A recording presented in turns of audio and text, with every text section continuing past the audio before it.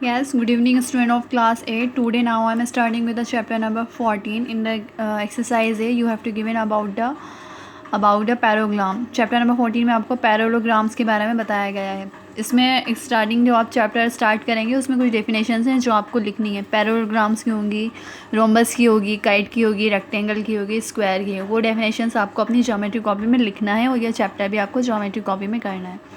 अब question number 1 में उन्होंने दिया है let the one angle is given of the parallelogram is 80 degree then find all the others. अब आपको मालूम है पैरोग्राम 4 साइड से मिलके बनता है. देखो ABCD ये 4 पॉइंट्स हो गए. अब इस पैरेललोग्राम में इसके अपोजिट साइड होती हैं एक दूसरे के पैरेलल एंड इक्वल. AB किसके पैरेलल हो गई CD के, BC किसके पैरेलल हो गई AD के. दूसरी चीज़ इसके अपोजिट एंगल्स होते हैं आपस में इक्वल, यानी A जितना होगा वो किसके बराबर होगा C के, B जितना होगा वो किसके बराबर हो जाएगा D के. ये होगा इसके अपोजिट एंगल. ठीक है. इसके एडजेसेंट एंगल यानी A की साइड पे जो एंगल बनते हैं A एंड B के होगा इसके एडजेसेंट एंगल. अब क्वेश्चन नंबर 1 में हमें एक एंगल दिया है 80 डिग्री, तो हमें बताना है बाकी के एंगल्स कितने होंगे. सबसे पहले हम क्वेश्चन नंबर 1 में मान लेंगे कि एंगल 1 यानी हमें जो दिया था फर्स्ट एंगल A हमें दिया है 80 डिग्री, तो B को हमने मान लिया x. अब देखें क्योंकि ये क्या है, सिंस ABCD इज़ पैरेललोग्राम. अब पैरेललोग्राम के अंदर अपोजिट एंगल्स होते हैं. पैरेललोग्राम के अंदर अपोजिट एंगल्स जो होते हैं आपस में इक्वल होते हैं. यानी एंगल A जो है कि अपोजिट कौन है, C है, तो एंगल A और एंगल C दोनों कितने के हो गए 80 डिग्री के.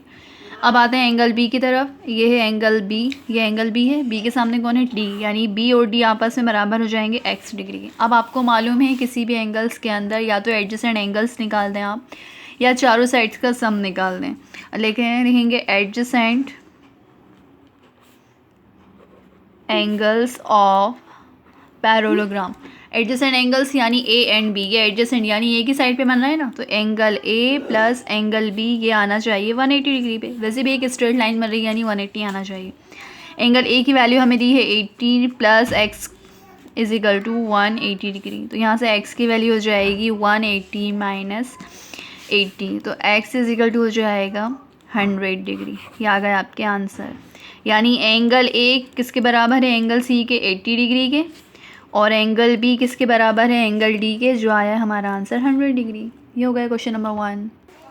यस, सेम इसी की तरह अब हमें क्वेश्चन नंबर 2 में रेशो दिया है. आपको मालूम है जब हमें रेशो दिया जाता है तो हम उसको मान लेते हैं x, यानी एंगल A को मैंने मान लिया 1x और एंगल B को मान लिया मैंने 3x. अब सेम चीज़ यानी एडजेसेंट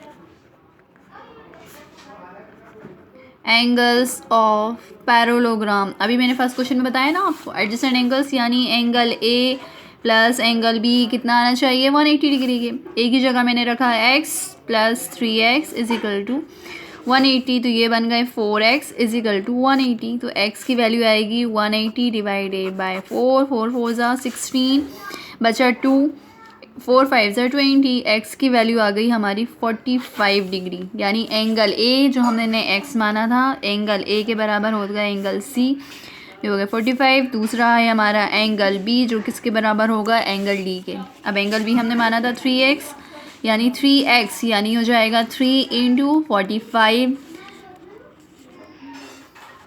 इट इज़ 135 डिग्री. एक आंसर आ गया 45, दूसरा आ गया आपका 135. ये हो गया आपका क्वेश्चन नंबर 2. अब आते हैं क्वेश्चन नंबर 3 की तरफ. इन्होंने बोला है let the one angle of the parallelogram is less than 20 degree and twice the smallest angle. यानी एक एंगल से पैरेग्राम के जो अपने छोटे यानी स्मॉल एंगल जितना भी है उसका दुगना, ट्वाइस यानी कि डबल हो जाएगा और 20 डिग्री लेस देन हो जाएगा इससे. तो हम सबसे पहले मानेंगे कि स्मॉल एंगल हमारा x है, देन अदर क्या हो जाएगा, अदर हो जाएगा 2x माइनस 20. 2x यानी ट्वाइस दिया था माइनस 20 क्योंकि लेस देन दिया था, ग्रेटर देन देते तो हम प्लस करते. अगेन हम क्या लिखेंगे एडजेसेंट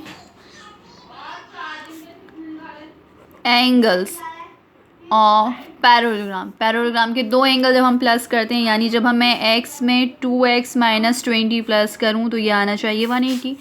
अब x में 2x प्लस करें, ये आ गया 3x 180 प्लस 20 क्योंकि माइनस 20 था यहाँ के हो गया प्लस.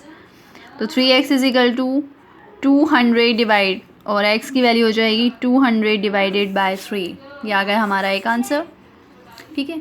उसके बाद अब हमें निकालना है दूसरा angle, other angle. Other angles कितना था हमारा था 2x माइनस 20. तो 2 का मल्टीप्लाई कर देंगे अपन 200/3 में -20, ये हो जाएगा 400/3 -20। This is 400 minus cross multiply हो जाएगा 3 2 6/3, 0 10 में से 6 गए 4, यहाँ बचा 3 डिवाइडेड बाय 3। ठीक है, ये आ गया हमारा आंसर।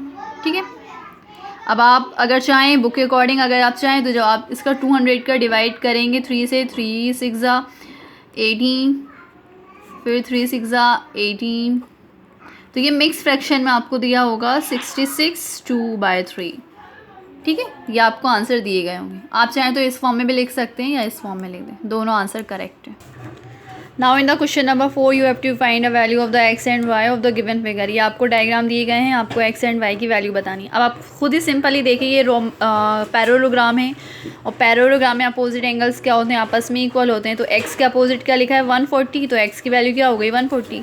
वाई के अकॉर्डिंग अपोजिट क्या लिखा है 40, तो वाई की वैल्यू हो गई 40 डिग्री। सेमी सीधा ना, यहाँ आ जाए अपन, वाई के अकॉर्डिंग क्या जाएगा सी, और x + 55, यानी जब x + 55 बनेंगे तो अब क्या बनेगा 125 डिग्री। देखें क्वेश्चन नंबर 4 का मैं सेकंड पार्ट आपको एक सॉल्व करके बता रही हूँ। यानी जब x प्लस इसमें हम कर देंगे 55 डिग्री तो ये बराबर आना चाहिए 125 डिग्री, क्योंकि ये दोनों एंगल्स यहाँ आपस में अपोजिट हैं, एंगल्स इक्वल होते हैं। तो x की वैल्यू हो जाएगी 125 माइनस 55, तो x की वैल्यू फाइनल बनेगी 5 में से 5 गए 0, 12 में से 5 गए 7, 70 डिग्री। यानी पैरेललोग्राम का एक एंगल जो आया है इस डायग्राम में कितना आया है 70 डिग्री का आया है, ये दोनों मिला के और ये दोनों मिला के। ठीक है, कितना आया है x की वैल्यू यहाँ कितनी आई है हमारे यहाँ 70 डिग्री आ गई, x कितना आ गया हमारा 70 डिग्री आ गया। ठीक है, अब आपको एक एंगल पता चली गया, अब हमें y की वैल्यू निकालनी है। ठीक है, y की वैल्यू निकालने के लिए y plus x is equal to ये होना था 180 degree plus 55 is equal to 180 degree. ये देखें, क्योंकि ये एडजेसेंट एंगल बन रहे हैं पैरेललोग्राम के। देखो y और y में जब मैं x प्लस 55 ये पूरा एंगल b लूँगी, यानी angle A plus angle B जब बनेंगे तब आना चाहिए 180 डिग्री, क्योंकि एडजेसेंट एंगल है। अब y की वैल्यू मैंने देखी, A की वैल्यू है हमारी y, तो मैंने y रखा, और B की जगह दो पार्ट है x प्लस 55, तो मैंने B की जगह x प्लस 55 रखा। अब y as it is, x हमें पहले ही मिल चुका है, हमारा मिला है 70 degree plus 55 is equal to 180 degree. तो y की वैल्यू y प्लस इन दोनों को प्लस करा 125 degree is equal to 180 degree. तो y की वैल्यू हो जाएगी 180 minus 125, then y is equal to, y क्या आ जाएगा 10 में से 5 गए 5, 7 में से 2 गए 5, 1 में से 1 गए कुछ नहीं, यानी y की वैल्यू भी क्या आई 55 डिग्री। ठीक है,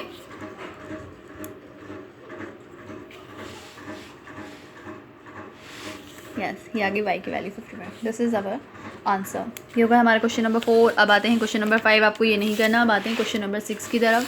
क्वेश्चन नंबर 6 में आपको ये एक डायग्राम दिया है, ये देखें डायग्राम ABCD एक पैरेललोग्राम था, E इसका एक मिड पॉइंट था, C से लेकर E किसकी इक्वल है B से लेकर E। अब देखो DC जो है वो AF के पैरेलल है, क्वेश्चन नंबर में 6 बता रही हूँ। ये देखो AF पैरेलल है DC के, यानी ये लाइन्स आपस में बराबर भी हो सकती हैं, यानी हम इसको लिखें AF किसके बराबर होगी DC के, है ना, अपोजिट साइड। अब जो DC है वो जो DC के अपोजिट कौन था AB बना था, है ना, ये किसके ट्वाइस ऑफ DC, यानी जब DC को हम डबल करेंगे तब वो किसके बराबर आएगा AF के बराबर आएगा। तो AF is equal to 2 as it is, और DC किसके बराबर थी DC बराबर है AB के। क्यों है रीज़न, क्योंकि ABCD in ABCD opposite side are parallel and equal. ठीक है, इसलिए हमने AF किसके इक्वल लिख दिया 2 एज इट इज़ लिखा, और DC की जगह हम क्या लिख सकते हैं AB, और यही चीज़ हमें प्रूव करना थी कि AF is equal to twice of AB। This is our answer. So now today it is question number 6. Till the question number 6 you have to do solve these questions. Similarly, Sam in the question number 4 you have to solve the question number 13. 4 की तरह आपको 14 solve करना है, 13 solve करना है. Okay. Goodbye.